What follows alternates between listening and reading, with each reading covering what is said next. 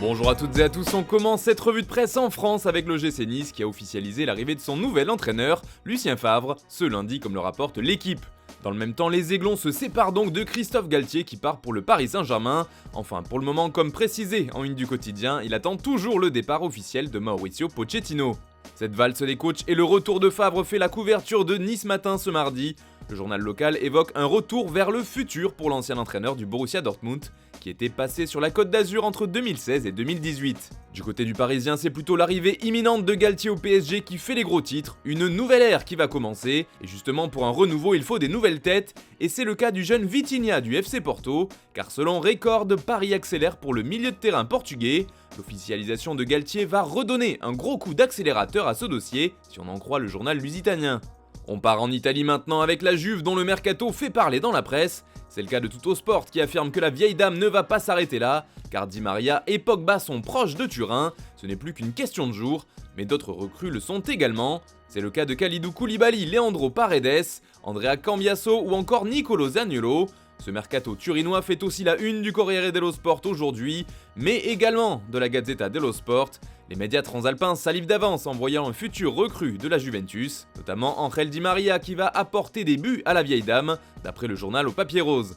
D'ailleurs, d'autres joueurs du PSG pourraient partir en Italie, explique la Gazzetta, puisque l'AC Milan a plusieurs pistes au sein du club français. Draxler, Kerrer et Diallo seraient suivis par les Rossoneri. En Angleterre aussi, c'est le mercato qui fait parler, en particulier celui de Chelsea.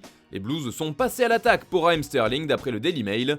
Ils seraient même proches d'un accord avec Manchester City avec un deal à hauteur de 55 millions de livres, soit 64 millions d'euros. Le club londonien semble bien décidé à lancer son mercato de belle manière, puisqu'un autre joueur de City est pisté, à savoir Nathan Ake, ce qui serait l'occasion pour les Sky Blues de faire de la place pour eux aussi lancer leur recrutement. Mais attention, Chelsea vise un autre défenseur si on en croit le Daily Mirror. En effet, c'est Mathis De Ligt qui est dans le viseur des Blues, selon le tabloïd. D'ailleurs, l'information fait aussi réagir du côté de l'Italie avec la Gazzetta dello Sport.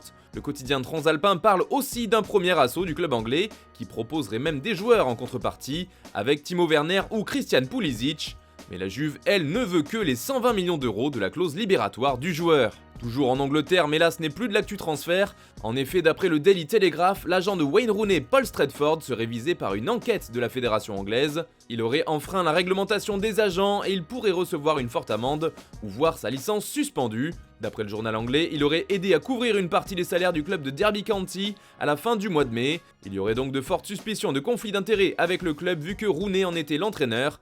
D'ailleurs, cette information sort dans la presse 3 jours à peine après que le célèbre coach ait demandé à quitter le club et à être démis de ses fonctions. Allez, on file en Angleterre maintenant avec Tony Cross qui fait la couverture du journal AS. Le milieu de terrain de 32 ans sera en fin de contrat à l'été 2023.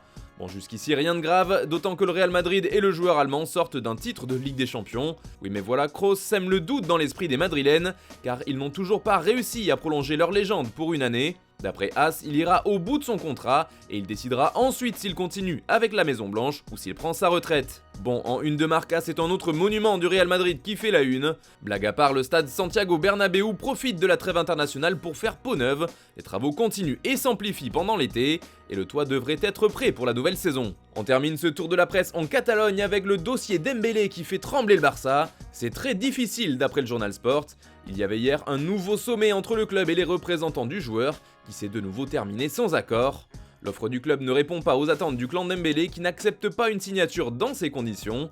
C'est justement ce que nous révélions hier en exclusivité sur Foot Mercato, en précisant qu'une décision est imminente sur ce dossier. Du côté de Mundo Deportivo, on insiste sur le fait que l'offre du Barça est à prendre ou à laisser, car le club Blaugrana ne devrait pas monter sa proposition jusqu'au niveau demandé par Dembélé. Mais selon nos informations, un compromis est toujours espéré par les représentants du joueur, et un effort du Barça pourrait permettre aux différentes parties de s'entendre sur les modalités d'un nouveau contrat.